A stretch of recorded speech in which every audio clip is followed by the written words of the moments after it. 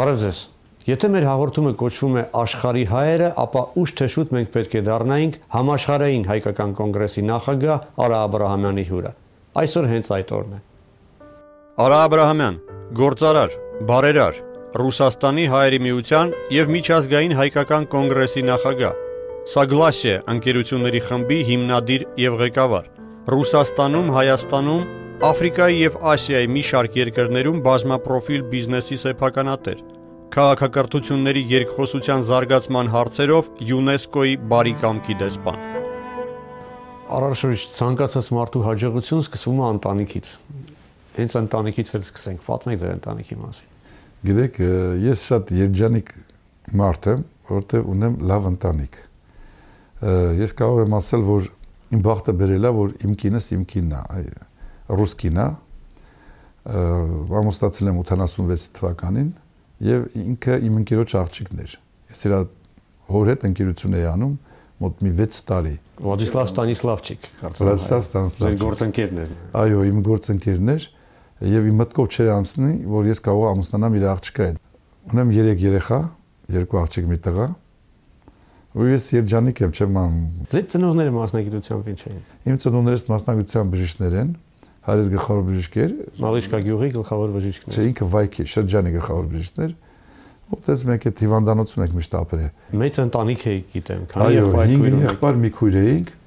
եւ պապիկս, հայրս շուտ մահացավ, մայրս մեզ բոլորիս դաստիարակեց։ Դուք որերորդ զավակն էիք ընտանիքում։ Ես ընտանիքում 4-րդն էի։ Այսինքն պատասխանատվությունը ձեր վրա չէր, ավելի մեծ եղբայր ունեիք։ Մեծ եղբայրներ ունեի, պատասխանատվությունը վրա չէր, ես եմ մի քիչ լավ, 4-րդը շատ լավ էր, զրոյական դրություն էր, ոչ էի, ոչ էսյան։ Ջուր բերողը դուք չէիք տան։ Չէ, ջուր բերողը ես չէի, բայց գիտեք, ես շատ էի սիրում մորս օգնել։ Ինչ էիք ուզում դառնալ փոքր ժամանակ։ Բժիշկ եւ փաստաբան։ Ես արդեն ուզում էի երևանական գնայի կամ բժշկական։ Բավականին բարդ էր այնտեղ ընդունել սովորելը։ Ես գնացի ՅՈՒ ինստիտուտ ավարտեցի։ Եվ առաջին կրթությամբ ինչ եք։ Ես առաջի կրթությամբ տնտեսագետ եմ, վերջի տարին եկա յուղում ավարտեցի եւ այդ տարին համ սովորում էի, համ էլ կոլխոզում աշխատում էի, որտեվ պետք էր աշխատանքային ստաժ, որպեսզի կարողանային ձեռք բերել ուղեգիր, որպեսզի ես թոշակ ստանայի, նախ կոլխոզի թոշակ ստանայի, այն ժամանակ 60 ռուբլի էր կոլխոզի թոշակը, եւ երկրորդը կոնկուրսի համար դա կարևոր նշանակություն ուներ։ Այնպես որ ես վերջի տարին ես յուղ ավարտեցի, Մալիշկայի միջնակարգ դպրոց ավարտեցի։ Այսինքն դպրոցական տարիքում դուք արդեն աշխատել եք յուղում, կոլխոզում։ Ես դա այո, կոլխոզի առավոտը գնում էի կոլխոզում աշխատում էի։ Ինչ էիք անում։ Գիտեք ինչ կա, գոմերում խոտ էի տալիս անասուններին, ոչխարներին, կովերին խոտ էի տալիս։ Բարձում էի մեքենան, տանում խոտը բաժանում էի, տալիս էի առավոտը շուտ։ Ինստիտուտը ավարտելուց հետո դուք փաստորեն սկսեցիք պետական չինովնիկի կարիերա։ Այո, չինովնիկի մնացի Երևան, որտեվ շատ լավ մի ծանոթ ունեինք, դիրեկտոր էր ընկերության, մեծ ընկերության դիրեկտոր էր, տնօրեն էր, Նեյրոն միավորում, այո։ Ռազմական նշանակության։ Այո, ռազմական նշանակություն ունեցող օբյեկտ էր, ես եկա ֆինանսական բաժնում որպես հասարակ աշխատող։ Շատ կարճ ժամանակում դարձա օգնական, որտեվ գիտեք, դե իր հետ կապ ունենք, բան ունեն, այդ մեր ընկերությունն ուներ մասնաճյուղ Մալիշկայում, հաճախակեր տնօրենը գլխավոր տնօրենը գնում իր մասնաճյուղերը, ես մի քանի անգամ իր հետ գնացել եմ եւ տարբեր խնդիրներ էի լուծում եւ այդպես հաջողություն ունեցա եւ ինքը վերցրեց օգնական։ 2 տարի օգնական լինելուց հետո ես դարձա արդեն գլխավոր տնօրենի տեղակալ եւ արդեն 28 տարեկանում դուք այդ նույն գործարանի Նեյրոն գործարանի տնօրեն էիք նշանակել։ Ես 28 տարեկանում եկա Մոսկվա։ Ես եկա Մոսկվայում եղա տնօրեն մեծ ընկերության տնօրեն, հետո աշխատեցի մինիստրությունում, էլեկտրոնային համամիութենական էլեկտրոնային նախարարության գլխավոր վարչության պետի տեղակալ 29 տարեկան էի։ Դա համարյա այսօր այն ժամանակ շատ մեծ պաշտոն էր խորհրդային տարիներին։ Ասում են նաև, որ ձեր այդ կարիերայի այդ մեծ առաջընթացը կապվում են ձեր աներոջ մասնակցության հետ։ Գիտեք ինչ կա, դե Չար լեզուներն են ասում։ Չէ, ես ձեզ ասեմ, թող իմ աներես դա այս կարող եմ ասել շատ լավ իմ ընկերս էր։ Գիտնական էր, ակադեմիկոս։ Ինքը ակադեմիկոս, գիտնական։ Իմ աներես իրոք իմ ընկերս լինելով մեզ դեր խաղացի իմ կյանքում, որտեվ եւ որ ես սկզբից եկա կուլտուրան տարբեր էր, ամեն ինչ տարբեր էր։ Ես չէի կարողանում ինտեգրացիայի ենթարկվել այստեղ, այս հասարակության մեջ, չնայած լինելով մի պետության։ Նա ինքը ինձ բացատրում ասում է, գիտեք ինչ, այս խնդիրը այսպես պետք է լուծվի։ Այստեղ այս կարգերն են, այս բարոյական նորմաներն են, այս մոտեցումներն են։ Ինքը ինձ ասում էր մոտ ամեն ինչ կստացվի։ Իհարկե նա մեծ դեր է խաղացել, ես երջանիկ եմ, որ ինքը մեծ դեր է խաղացել, որպես ինձ ընկեր։ Գիտեք, ինչքան ուզում ես մարդ հետը պիտանի չի, անպիտան ինչքան ուզում ես օգնի։ Դա մարդ չի դառնա։ Երկրորդն էլ ես մի բան ասեմ, որ կան այդպիսի մարդիկ, որ միշտ մահանա են բռնում։ Ասում են, որ իրանց արդարացնեն, դա ասում են, դե եթե ես մի այդպես աներ ունենայի, երևի իմ գործերը ավելի շատ կլներ։ Դա նորմալ երևույթներ են, պետք է խոսեն։ Գիտեք, իրանց էլ հասկանանք։ Չկայացած մարդիկ է ոչինչ։ Բիզնեսը ինչից սկսվեց։ Ձեր արդեն անձնական բիզնեսը։ Ես սկզբից փորձեցի ինքս ստեղծել, այսինքն զբաղվել այն գործով, որ գիտեի։ Դարձա գործարար մի հատ մեծ ընկերության տնօրեն, մոտ 17000 մարդ էր աշխատում, պետական այստեղ Ռուսաստանում։ 2 տարի մոտ աշխատեցի, տեսա որ դա էլ է քանդվում, էլեկտրոնային։ Պետական ձեռնարկություն։ Այո, պետական ձեռնարկություններ, դա պատկանում է մեր նախարարությանը, ես դուր գնացի այդ գործարանը, եւ այդ գործարանի հիմնան վրա ստեղծեցի Սագլասիա ընկերությունը։ Այդ երկու ընկերություն եմ ստեղծել 93 թվականին, Սագլասիա, որը մինչ այժմ գործում է։ Այո, եւ Սվաբոդա։ Համաձայնություն եւ ազատություն։ Ինչով են զբաղվում այդ ձեր ընկերները։ Գիտեք ինչ կա, ես զբաղվում էի էլեկտրոնային կոնդենսատորի արտադրություններ, մեծ գործարաններ, 2 տարի ժամանակ կորցրեցի այդ գործարանի վրա, վերջը իմ բավականին մեծ գումարներ ներդնելով շատ վատ վիճակի մեջ փակվեց, ամեն սիստեմը փակվեց։ Ես նոր դրանից հետո անցա այլ գործերի, սկսեցի զբաղվել ֆինանսական եւ սկսեցի զբաղվել ադամանդագործությամբ։ 94 թվականին ստեղծեցի համատեղ ընկերություն Աֆրիկան դեպերց ընկերության հետ եւ իրար հետ միասին պատկերացրեք 94 թվական 10 տարի պայմանագրի կնքեցի իրար հետ եւ ստեղծեցինք մեծ ընկերություն մենք արտահանում ենք այստեղից Ռուսաստանից ադամանդներ այստեղ որ ադամանդ ալմազներ դեպի Անգլիան նոր վաճառում էր մոտ 3-ից մինչև 5 միլիարդ դոլարի անցա այլ գործերի հիմա ունենք ֆինանսական շինարարական արտադրողական քիմիական Սագլասիա ընկերությունների խումբը ստեղծվել է 1993 թվականին։ Հանդիսանում է բազմապրոֆիլ ինվեստիցիոն արդյունաբերական կառույց, որի կազմի մեջ են մտնում կապիտալ շինարարության, ադամանդագործության, ֆինանսների, հրատարակչության, բժշկական սարքերի արտադրության, սննդամթերքի, քիմիական արդյունաբերության, տեղեկատվական տեխնոլոգիաների ոլորտում աշխատող մի քանի տասնյակ ընկերություններ։ Կոնցեռնի գործընկերների թվում են բրիտանա-հարավաֆրիկյան De Beers կորպորացիան, ֆրանսիական Thales Avionics ավիացիոն ձեռնարկությունը, ռուսաստանյան Tashir Holding-ը, Thomson CSF տրանսազգային կորպորացիան։ Սագլասիա ընկերությունների խումբը ֆինանսավորել է Ռուսաստանի նախագահի աշխատակազմի նախաձեռնությամբ իրագործված մի շարք լայնամասշտաբ նախագծեր։ Ռուսաստանում հարստանալու ամենակարճ ճանապարհը դա նավթի բիզնեսով զբաղվելն է։ Չեք զբաղվել երբեք։ Ես վերջերս նոր եմ սկսել, ես նոր հիմա սկսում եմ նավթի բիզնեսով զբաղվելը։ Ես վերջի 4 տարին զբաղվում եմ ես Լիվիայում։ Գիտեմ, այնտեղ խոշոր ներդրումներ եք ունեցել։ Տուժեցիք դուք այդ վերջի զարգացումներից։ Իհարկե տուժեցի, վերջի 5 տարին հիմնական իմ բիզնեսս դա Լիվիայում էր։ Համարյա ես կանգնացրել էի բոլոր բիզնեսը, այնտեղ կառուցում էի նավթի մշակման մեծ գործարան 10 միլիոն տոննայի տարողությամբ տարեկան եւ ունեի շատ լավ պայմանագրեր 3.5 միլիարդ դոլարի պայմանագրեր ունեի պետության կողմից իհարկե հիմնական ուժս եւ աշխատանքը ժամանակը կորցրել եմ Լիվիայի վրա բայց այդպես ստացվեց անվերադարձ թե դեռ հույս կա։ Գիտեք ինչ կա, չեմ կարող ասել անվերադարձ, հույս կա, որ ես պետքա հետ վերադարձնեմ, պետքա ես հետ վերադառնամ։ Կադաֆի հետ անձնական հարաբերություններ ունեցել եք։ Գիտեք ինչ կա, Կադաֆի շատ լավ անձնական հարաբերությունների մեջ է։ Ես գիտեմ Կադաֆին լրիվ ուրիշ կողմից։ Դա մի շատ խելոք, շատ խելացի, շատ խելացի, շատ խորը մտածող մի մարդ էր։ Ես իր հետ խոսում եի գենոցիդի մասին, ես զարմանում էի մեր ցեղասպանության մասին, ես զարմանում էի իր գիտելիքները, ես զարմանում էի իր իմանալ, ասենք, այդ մեր տարածաշրջանում ինչ է կատարվում Թուրքիայի նկատմամբ, ինքը շատ լավ էր վերաբերում հայերի հետ, ես ասեմ ձեզ, այնպիսի բաներ ասում, ես զարմանում էի, եւ ինքը հրավիրել էր Հայաստանի նախագահին, որպես ինքը այցելի Լիվիա։ Հետաքրքիր է, որ Աֆրիկայում ձեզ մոտ իսկապես շատ հաջող եւ բիզնես եւ հասարակական գործունեություններ ստացվում, հա։ Ես արդեն չեմ ասում Գվինեայում եւ Նիգերիայում ռուս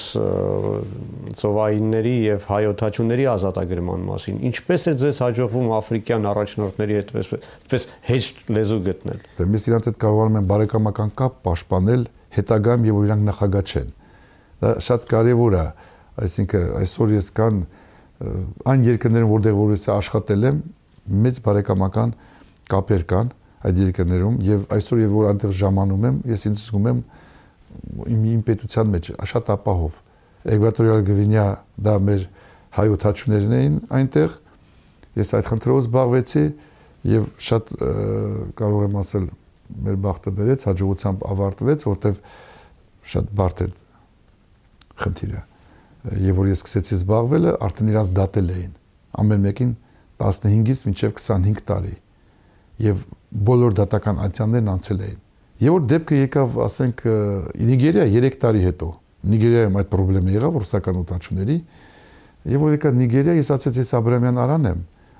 այս գործը արել եմ։ Դա ձեր գոլեգային կարող եք զանգահարել, ասել,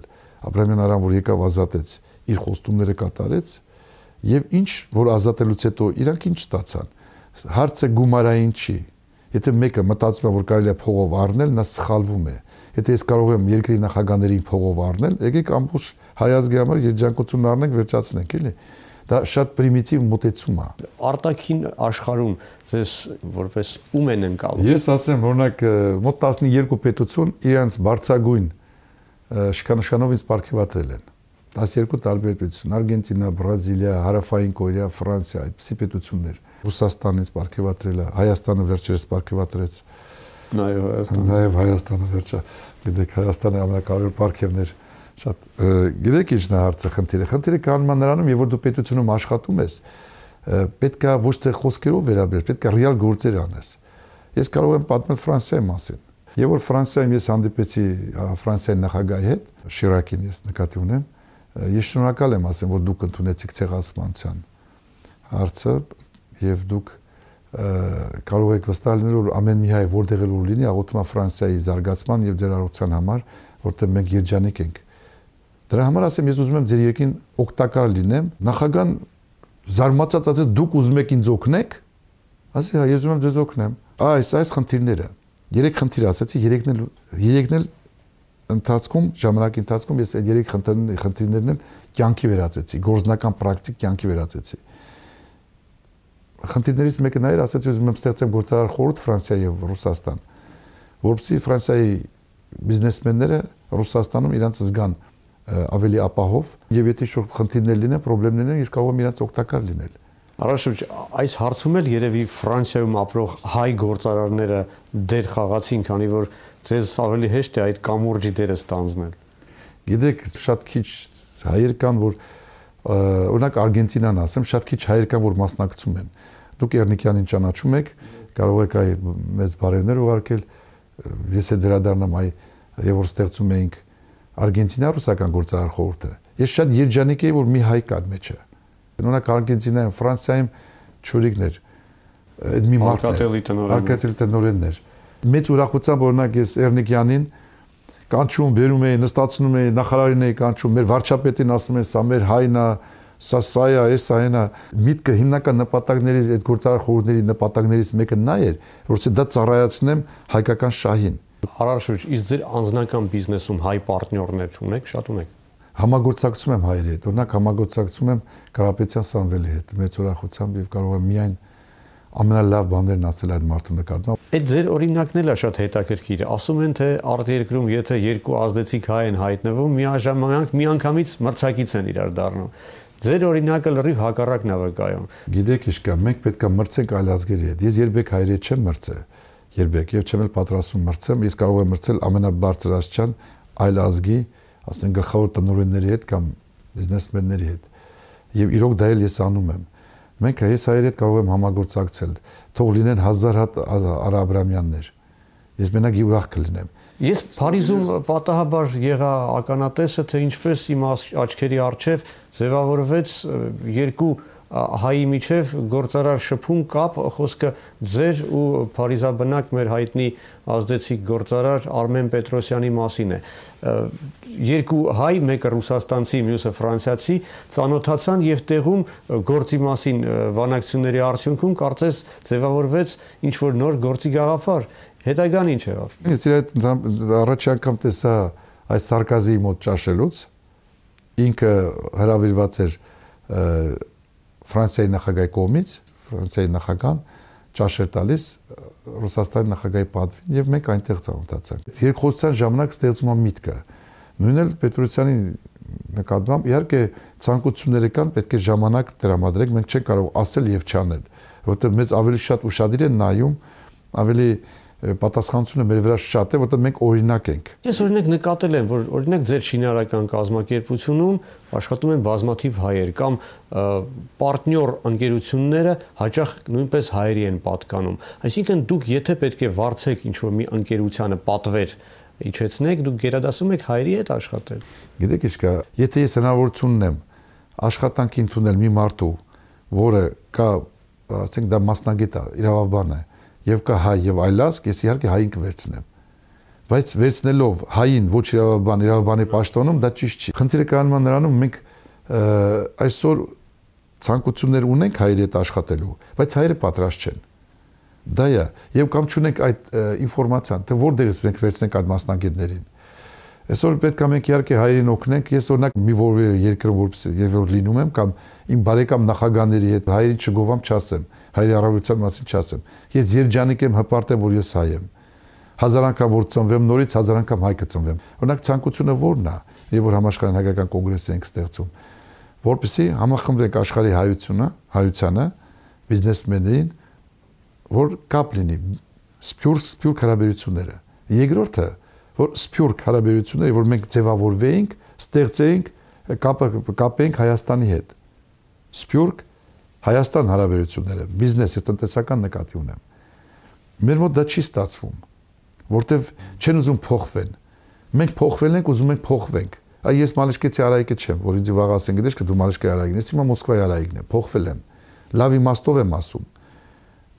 Այդ պարտիաներն էլ, այդ ընկերություններն էլ, այդ հասարակական կազմակերպությունները պետք է փոխվեն։ Մենք չկարողացանք ստեղծել մի այնպիսի մեխանիզմ, որպեսզի կարողանանք իրար կապել։ Այդ չարությունը, եւ որ ես 5 անգամ Ամերիկային փորձեցի ստեղծել մասնաճյուղ։